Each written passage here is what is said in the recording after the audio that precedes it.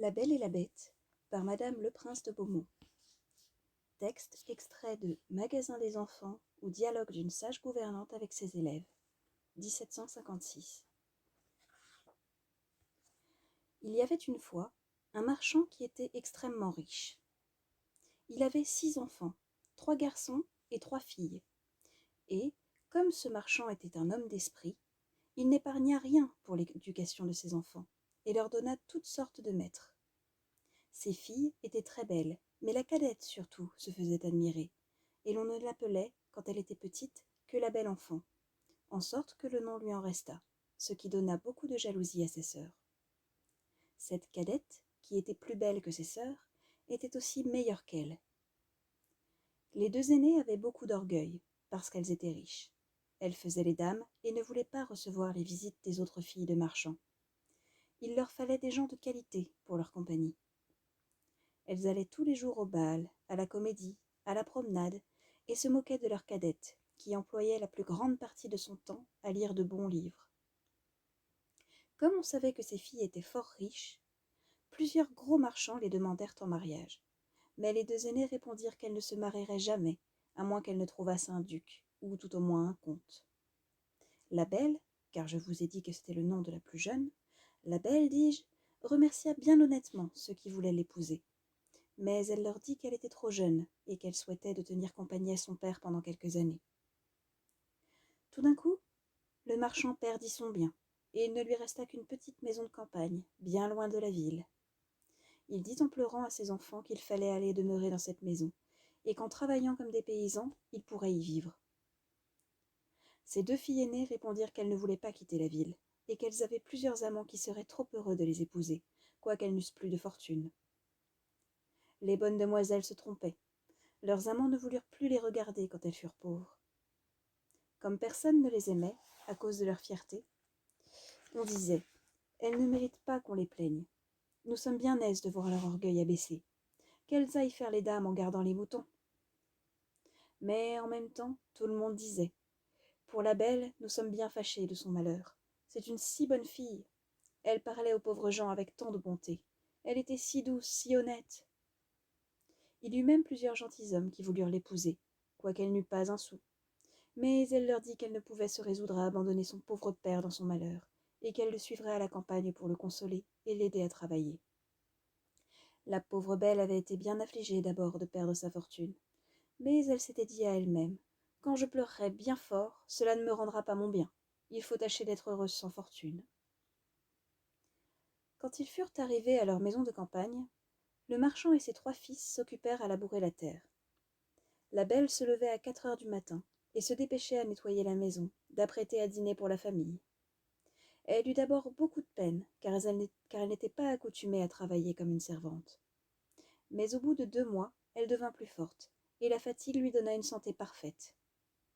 Quand elle avait fait son ouvrage, elle lisait, elle jouait du clavecin, ou bien elle chantait en filant. Ses 2 sœurs, au contraire, s'ennuyaient à la mort. Elles se levaient à 10 heures du matin, se promenaient toute la journée, et s'amusaient à regretter leurs beaux habits et les compagnies. « Voyez notre cadette, disaient-elles entre elles. Elle a l'âme basse et est si stupide qu'elle est contente de sa malheureuse situation. » Le bon marchand ne pensait pas comme ses filles. Il savait que la belle était plus propre que ses sœurs à briller dans les compagnies. Il admirait la vertu de cette jeune fille et surtout sa patience, car ses sœurs, non contentes de lui laisser faire tout l'ouvrage de la maison, l'insultaient à tout moment. Il y avait 1 an que cette famille vivait dans la solitude, lorsque le marchand reçut une lettre par laquelle on lui mandait qu'un vaisseau, sur lequel il avait des marchandises, venait d'arriver heureusement. Cette nouvelle pensa tourner la tête à ses 2 aînées, qui pensaient qu'à la fin, elles pourraient quitter cette campagne où elles s'ennuyaient tant. Et quand elles virent leur père prêt à partir, elles le prièrent de leur apporter des robes, des palatines, des coiffures et toutes sortes de bagatelles. La belle ne lui demanda rien, car elle pensait en elle-même que tout l'argent des marchandises ne suffirait pas pour acheter tout ce que ses sœurs souhaitaient. « Tu ne me pries pas de t'acheter quelque chose, lui dit son père. « Puisque vous avez la bonté de penser à moi, lui dit-elle, je vous prie de m'apporter une rose, car il n'en vient point ici. » Ce n'est pas que la belle se souciât d'une rose, mais elle ne voulait pas condamner par son exemple la conduite de ses sœurs, qui auraient dit que c'était pour se distinguer qu'elle ne demandait rien. Le bonhomme partit, mais quand il fut arrivé, on lui fit un procès pour ses marchandises, et après avoir eu beaucoup de peine, il revint aussi pauvre qu'il était auparavant. Il n'avait plus que 30 miles pour arriver à sa maison, et il se réjouissait déjà du plaisir de voir ses enfants. Mais comme il fallait passer un grand bois avant de trouver sa maison, il se perdit. Il neigeait horriblement. Le vent était si grand qu'il le jeta 2 fois en bas de son cheval, et la nuit étant venue, il pensa qu'il mourrait de faim ou de froid, ou qu'il serait mangé par des loups, qu'il entendait hurler autour de lui. Tout d'un coup, en regardant au bout d'une longue allée d'arbres, il vit une grande lumière, mais qui paraissait bien éloignée. Il marcha de ce côté-là, et vit que cette lumière sortait d'un grand palais qui était tout illuminé. Le marchand remercia Dieu du secours qu'il lui envoyait, et se hâta d'arriver à ce château. Mais il fut bien surpris de ne trouver personne dans les cours. Son cheval, qui le suivait, voyant une grande écurie ouverte, entra dedans, et ayant trouvé du foin et de l'avoine, le pauvre animal qui mourait de faim se jeta dessus avec beaucoup d'avidité. Le marchand l'attacha dans l'écurie, et marcha vers la maison, où il ne trouva personne. Mais étant entré dans une grande salle, il y trouva un bon feu, et une table chargée de viande, où il n'y avait qu'un couvert. Comme la pluie et la neige l'avaient mouillé jusqu'aux os, il s'approcha du feu pour se sécher, et disait en lui-même: le maître de la maison ou ses domestiques me pardonneront la liberté que j'ai prise, et sans doute ils viendront bientôt. Il attendit pendant un temps considérable, mais 11 heures ayant sonné sans qu'il vît personne, il ne put résister à la faim, et prit un poulet, qu'il mangea en 2 bouchées et en tremblant. Il but aussi quelques coups de vin, et, devenu plus hardi, il sortit de la salle et traversa plusieurs grands appartements, magnifiquement meublés. À la fin, il trouva une chambre où il y avait un bon lit, et comme il était minuit passé et qu'il était là, il prit le parti de fermer la porte et de se coucher. Il était 10 heures du matin quand il se leva le lendemain, et il fut bien surpris de trouver un habit fort propre à la place du sien, qui était tout gâté. Assurément, dit-il en lui-même, ce palais appartient à quelque bonne fée qui aura eu pitié de ma situation. Il regarda par la fenêtre et ne vit plus de neige, mais des berceaux de fleurs qui enchantaient la vue. Il rentra dans la grande salle où il avait soupé la veille, et vit une petite table où il y avait du chocolat. « Je vous remercie, madame la fée, dit-il tout haut, d'avoir eu la bonté de penser à mon déjeuner. » Le bonhomme, après avoir pris son chocolat, sortit pour aller chercher son cheval, et comme il passait sous un berceau de roses, il se souvint que la belle lui en avait demandé, et cueillit une branche où il y en avait plusieurs. En même temps, il entendit un grand bruit, et vit venir à lui une bête si horrible qu'il fut tout près de s'évanouir. « Vous êtes bien ingrat, lui dit la bête d'une voix terrible. Je vous ai sauvé la vie en vous recevant dans mon château, et pour ma peine, vous me volez mes roses, que j'aime mieux que toute chose au monde. Il faut mourir pour réparer cette faute. Je ne vous donne qu'un quart d'heure pour demander pardon à Dieu. » Le marchand se jeta à genoux, et dit à la bête, en joignant les mains: « Monseigneur, pardonnez-moi, je ne croyais pas vous offenser en cueillant une rose pour une de mes filles qui m'en avait demandé. » « Je ne m'appelle point Monseigneur, répondit le monstre, mais la bête. Je n'aime pas les compliments, moi. Je veux qu'on me dise ce que l'on pense. Ainsi, ne croyez pas me toucher par vos flatteries. Mais vous m'avez dit que vous aviez des filles. Je veux bien vous pardonner, à condition qu'une de vos filles vienne volontairement pour mourir à votre place. Ne me raisonnez pas. Partez, et si vos filles refusent de mourir pour vous, jurez que vous reviendrez dans 3 mois. » Le bonhomme n'avait pas dessein de sacrifier une de ses filles à ce vilain monstre, mais il pensa: au moins, j'aurai le plaisir de les embrasser encore une fois. Il jura donc de revenir, et la bête lui dit qu'il pouvait partir quand il voudrait. « Mais, ajouta-t-elle, je ne veux pas que tu t'en ailles les mains vides. Retourne dans la chambre où tu as couché. Tu y trouveras un grand coffre vide. Tu peux y mettre tout ce qu'il te plaira. Je le ferai porter chez toi. » En même temps, la bête se retira, et le bonhomme dit en lui-même: « S'il faut que je meure, j'aurai la consolation de laisser du pain à mes pauvres enfants. » Il retourna dans la chambre où il avait couché, et y ayant trouvé une grande quantité de pièces d'or, il en remplit le grand coffre dont la bête lui avait parlé, le ferma, et ayant repris son cheval, qu'il retrouva dans l'écurie, il sortit de ce palais avec une tristesse égale à la joie qu'il avait lorsqu'il y était entré. Son cheval prit de lui-même une des routes de la forêt, et en peu d'heures le bonhomme arriva dans sa petite maison. Ses enfants se rassemblèrent autour de lui, mais au lieu d'être sensible à leurs caresses, le marchand se mit à pleurer en les regardant. Il tenait à la main la branche de rose qu'il apportait à la belle. Il la lui donna et lui dit: La belle, prenez ces roses, elles coûteront bien cher à votre malheureux père. Et tout de suite, il raconta à sa famille la funeste aventure qui lui était arrivée. À ce récit, ses deux aînés jetèrent de grands cris et dirent des injures à la belle qui ne pleurait point. Voyez ce que produit l'orgueil de cette petite créature, disait-elle. Que ne demandait-elle pas des ajustements comme nous? Mais non, mademoiselle voulait se distinguer, et va causer la mort de notre père, et elle ne pleure pas. Ce serait fort inutile, reprit la belle. Pourquoi pleurerais-je la mort de mon père? Il ne périra point. Puisque le monstre veut bien accepter une de ses filles, je veux me livrer à toute sa furie, et je me trouve fort heureuse, puisqu'en mourant, j'aurai la joie de sauver mon père et de lui prouver ma tendresse. Non, ma sœur, lui dirent ses trois frères, vous ne mourrez pas. Nous irons trouver ce monstre, et nous périrons sous ses coups si nous ne pouvons le tuer. Ne l'espérez pas, mes enfants, leur dit le marchand. La puissance de cette bête est si grande qu'il ne me reste aucune espérance de la faire périr. Je suis charmé du bon cœur de la belle, mais je ne veux pas l'exposer à la mort. Je suis vieux. Il ne me reste que peu de temps à vivre. Ainsi, je ne perdrai que quelques années de vie, que je ne regrette qu'à cause de vous, mes chers enfants. Je vous assure, mon père, lui dit la belle, que vous n'irez pas à ce palais sans moi. Vous ne pouvez m'empêcher de vous suivre. Quoique je sois jeune, je ne suis pas fort attachée à la vie, et j'aime mieux être dévorée par ce monstre que de mourir du chagrin que me donnerait votre perte.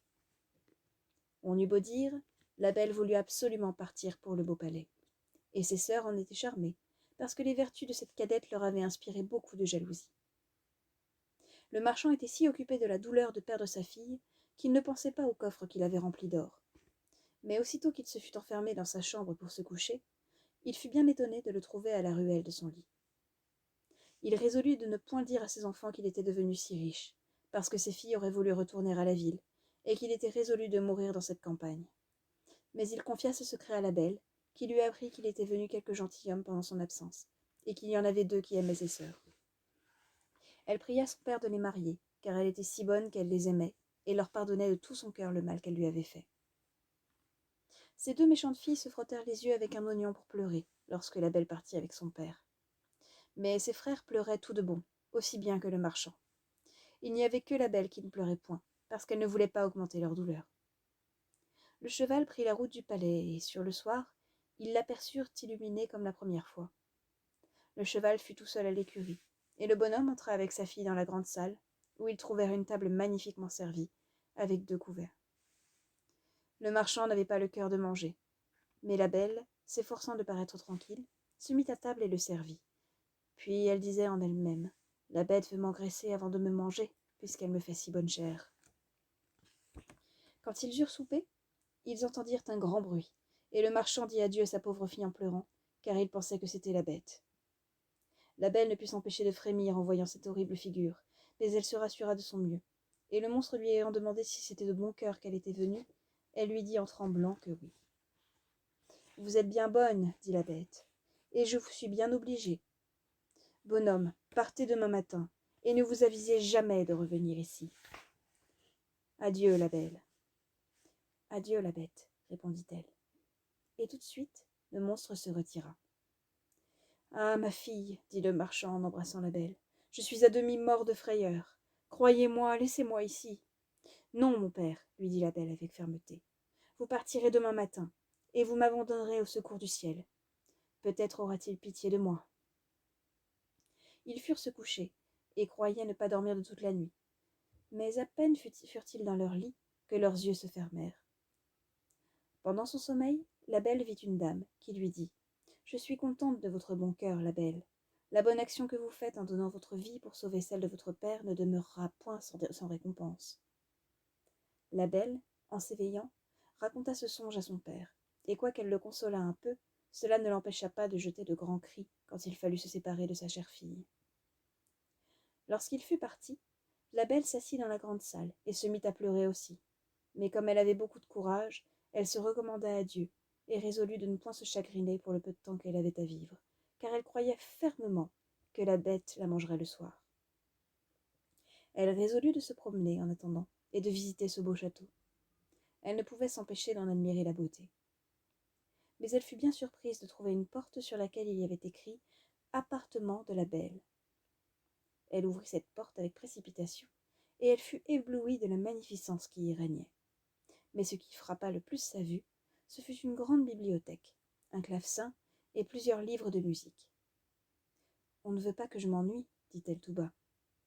Elle pensa ensuite, si je n'avais qu'un jour à demeurer ici, on ne m'aurait pas fait une telle provision. Cette pensée ranima son courage. Elle ouvrit la bibliothèque et vit un livre où il y avait écrit en lettres d'or. « Souhaitez, commandez, vous êtes ici la dame et la maîtresse. » « Hélas, dit-elle en soupirant, je ne souhaite rien que de voir mon pauvre père et de savoir ce qu'il fait à présent. » Elle avait dit cela en elle-même. Quelle fut sa surprise, en jetant les yeux sur un grand miroir, d'y voir sa maison où son père arrivait avec un visage extrêmement triste. Ses sœurs venaient au-devant de lui, et malgré les grimaces qu'elles faisaient pour paraître affligées, la joie qu'elles avaient de la perte de leur sœur paraissait sur leur visage. Un moment après, tout cela disparut, et la belle ne put s'empêcher de penser que la bête était bien complaisante, et qu'elle n'avait rien à craindre d'elle. À midi, elle trouva la table mise, et pendant son dîner, elle entendit un excellent concert, quoiqu'elle ne vît personne. Le soir, comme elle allait se mettre à table, elle entendit le bruit que faisait la bête, et ne put s'empêcher de frémir. « La belle, lui dit ce monstre, voulez-vous bien que je vous voie souper ?»« Vous êtes le maître, répondit la belle en tremblant. »« Non, répondit la bête, il n'y a ici de maîtresse que vous. Vous n'avez qu'à me dire de m'en aller si je vous ennuie, je sortirai tout de suite. Dites-moi, n'est-ce pas que vous me trouvez bien laid ? » Cela est vrai, dit la belle, car je ne sais pas mentir, mais je crois que vous êtes fort bon. Vous avez raison, dit le monstre, mais outre que je suis laid, je n'ai point d'esprit, je sais bien que je ne suis qu'une bête. On n'est pas bête, reprit la belle, quand on croit n'avoir point d'esprit. Un sot n'a jamais su cela. Mangez donc, la belle, lui dit le monstre, et tâchez de ne vous pas ennuyer dans votre maison, car tout ceci est à vous, et j'aurais du chagrin si vous n'étiez pas contente. Vous avez bien de la bonté, dit la belle. Je vous avoue que je suis bien contente de votre cœur. Quand j'y pense, vous ne me paraissez plus si laid. Oh, dame, oui, répondit la belle, j'ai le cœur bon, mais je suis un monstre. Il y a bien des hommes qui sont plus monstres que vous, dit la belle, et je vous aime mieux avec votre figure que ceux avec la figure d'homme qui cache un cœur faux, corrompu ou ingrat. Si j'avais de l'esprit, dit la bête, je vous ferais un grand compliment pour vous remercier, mais je suis un stupide, et tout ce que je puis vous dire, c'est que je vous suis bien obligée. La belle soupa de bon appétit. Elle n'avait presque plus peur du monstre, mais elle manqua de mourir de frayeur lorsqu'il lui dit « La belle, voulez-vous être ma femme ?» Elle fut quelque temps sans répondre. Elle avait peur d'exciter la colère du monstre en le refusant. Elle lui dit pourtant en tremblant « Non, la bête. » Dans le moment, ce pauvre monstre voulut soupirer, et il fit un sifflement si épouvantable que tout le palais en retentit. Mais la belle fut bientôt rassurée, car la bête lui rendit tristement « Adieu donc, la belle », sortit de la chambre, et se retournant de temps en temps pour la regarder encore, la belle, se voyant seule, sentit une grande compassion pour cette pauvre bête. « Hélas, disait-elle, c'est bien dommage qu'elle soit si laide, elle est si bonne. » La belle passa 3 mois dans ce palais, avec assez de tranquillité. Tous les soirs, la bête lui rendait visite, l'entretenait pendant le souper avec assez de bon sens, mais jamais avec ce qu'on appelle esprit dans le monde. Chaque jour, la belle découvrait de nouvelles bontés de ce monstre. L'habitude de le voir l'avait accoutumée à sa laideur, et, loin de craindre le moment de sa visite, elle regardait souvent à sa montre pour voir s'il était bientôt 9 heures, car la bête ne manquait jamais de venir à cette heure-là. Il n'y avait qu'une chose qui lui faisait de la peine, c'est que le monstre, avant de se coucher, lui demandait toujours si elle voulait être sa femme, et paraissait pénétré de douleur lorsqu'elle lui disait que non. Elle lui dit un jour « Vous me chagrinez, la bête, je voudrais pouvoir vous épouser, mais je suis trop sincère pour vous faire croire que cela arrivera jamais. Je serai toujours votre amie, tâchez de vous contenter de cela. » « Il le faut bien, reprit la bête, je me rends justice. Je sais bien que je suis horrible, mais je vous aime beaucoup. Cependant, je suis trop heureux de ce que vous voulez bien rester ici. Promettez-moi que vous ne me quitterez jamais. » La belle rougit à ces paroles. Elle avait vu dans son miroir que son père était malade de chagrin de l'avoir perdu, et elle souhaitait de le revoir. « Je pourrais bien vous promettre, dit-elle à la bête, de ne jamais vous quitter tout à fait, Mais j'ai tant envie de revoir mon père que je mourrais de douleur si vous me refusez ce plaisir. J'aime mieux mourir moi-même, dit ce monstre, que de vous donner du chagrin. Je vous enverrai chez votre père, vous y resterez, et votre bête en mourra de douleur. Non, lui dit la belle en pleurant, je vous aime trop pour vouloir causer votre mort. Je vous promets de revenir dans 8 jours. Vous m'avez fait voir que mes sœurs sont mariées, et que mes frères sont partis pour l'armée. Mon père est tout seul, souffrez que je reste chez lui 1 semaine. Vous y serez demain au matin, dit la bête, mais souvenez-vous de votre promesse. Vous n'aurez qu'à mettre votre bague sur une table en vous couchant quand vous voudrez revenir. Adieu, la belle. La bête soupira, selon sa coutume, en disant ces mots, et la belle se coucha toute triste de l'avoir affligée. Quand elle se réveilla le matin, elle se trouva dans la maison de son père, et, ayant sonné une clochette qui était à côté de son lit, elle vit venir la servante, qui fit un grand cri en la voyant. Le bonhomme accourut à ce cri, et manqua mourir de joie en revoyant sa chère fille, et ils se tinrent embrassés plus d'1 quart d'heure. La belle, après les premiers transports, pensa qu'elle n'avait point d'habit pour se lever. Mais la servante lui dit qu'elle venait de trouver dans la chambre voisine un grand coffre plein de robes toutes d'or, garnies de diamants. La belle remercia la bonne bête de ses attentions. Elle prit la moins riche de ses robes et dit à la servante de serrer les autres, dont elle voulait faire présent à ses sœurs. Mais à peine eut-elle prononcé ces paroles que le coffre disparut. Son père lui dit que la bête voulait qu'elle gardât tout cela pour elle, et aussitôt les robes et le coffre revinrent à la même place. La belle s'habilla, et pendant ce temps, on fut avertir ses sœurs, qui accoururent avec leurs maris. Elles étaient toutes 2 fort malheureuses. L'aînée avait épousé un gentilhomme beau comme l'amour, mais il était si amoureux de sa propre figure qu'il n'était occupé que de cela depuis le matin jusqu'au soir, et méprisait la beauté de sa femme. La seconde avait épousé un homme qui avait beaucoup d'esprit, mais il ne s'en servait que pour faire enrager tout le monde, et sa femme toute la première. Les sœurs de la belle manquèrent mourir de douleur quand elles la virent habillée comme une princesse, et plus belle que le jour. Elle eut beau les caresser, rien ne put étouffer leur jalousie, qui augmenta beaucoup quand elle leur eut conté combien elle était heureuse. Ces 2 jalouses descendirent dans le jardin, pour y pleurer tout à leur aise, et elles se disaient « Pourquoi cette petite créature est-elle plus heureuse que nous? Ne sommes-nous pas plus aimables qu'elle ?» Ma sœur, dit l'aînée, il me vient une pensée. Tâchons de l'arrêter ici plus de 8 jours. Sa sotte bête se mettra en colère de ce qu'elle lui aura manqué de parole, et peut-être qu'elle la dévorera. Vous avez raison, ma sœur, répondit l'autre. Pour cela, il lui faut faire de grandes caresses. Et ayant pris cette résolution, elles remontèrent et firent tant d'amitié à leur sœur que la belle en pleura de joie. Quand les 8 jours furent passés, les 2 sœurs s'arrachèrent les cheveux, et firent tant les affliger de son départ, qu'elle promit de rester encore 8 jours. Cependant, la belle se reprochait le chagrin qu'elle allait donner à sa pauvre bête, qu'elle aimait de tout son cœur, et qu'elle s'ennuyait de ne plus la voir. La 10e nuit, qu'elle passa chez son père, elle rêva qu'elle était dans le jardin du palais, et qu'elle voyait la bête couchée sur l'herbe, et prête à mourir, qui lui reprochait son ingratitude. La belle se réveilla en sursaut et versa des larmes. « Ne suis-je pas bien méchante, disait-elle, de donner du chagrin à une bête qui a pour moi tant de complaisance? Est-ce sa faute si elle est si laide et si elle a si peu d'esprit? Elle est bonne, cela vaut mieux que tout le reste. Pourquoi n'ai-je pas voulu l'épouser? Je serais plus heureuse avec elle que mes sœurs avec leurs maris. Ce n'est ni la beauté ni l'esprit d'un mari qui rendent une femme contente, c'est la bonté du caractère, la vertu, la complaisance, et la bête a toutes ces bonnes qualités. Je n'ai point d'amour pour elle, mais j'ai de l'estime, de l'amitié et de la reconnaissance. Allons, il ne faut pas la rendre malheureuse. Je me reprocherai toute ma vie mon ingratitude. » À ces mots, la belle se lève, met sa bague sur la table et revient se coucher. À peine fut-elle dans son lit qu'elle s'endormit, et quand elle se réveilla le matin, elle vit avec joie qu'elle était dans le palais de la bête. Elle s'habilla magnifiquement pour lui plaire, et s'ennuya à mourir toute la journée en attendant 9 heures le soir. Mais l'horloge eut beau sonner, la bête ne parut point. La belle, alors, craignit d'avoir causé sa mort. Elle courut tout le palais en jetant de grands cris. Elle était au désespoir. Après avoir cherché partout, elle se souvint de son rêve et courut dans le jardin vers le canal, où elle l'avait vue en dormant. Elle trouva la pauvre bête étendue sans connaissance, et elle crut qu'elle était morte.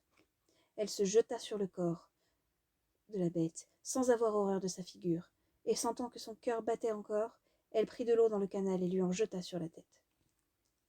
La bête ouvrit les yeux et dit à la belle: Vous avez oublié votre promesse. Le chagrin de vous avoir perdu m'a fait résoudre à me laisser mourir de faim. Mais je meurs content, puisque j'ai le plaisir de vous revoir encore une fois. Non, ma chère bête, vous ne mourrez point, lui dit la belle. Vous vivrez pour devenir mon époux. Dès ce moment, je vous donne ma main, et je jure que je ne serai qu'à vous. Hélas, je croyais n'avoir que de l'amitié pour vous, mais la douleur que je me sens me fait voir que je ne pourrai vivre sans vous voir. À peine la belle eut-elle prononcé ces paroles, qu'elle vit le château brillant de lumière, les feux d'artifice, la musique, tout lui annonçait une fête. Mais toutes ces beautés n'arrêtèrent point sa vue. Elle se retourna vers sa chère bête, dont le danger la faisait frémir. Quelle fut sa surprise! La bête avait disparu.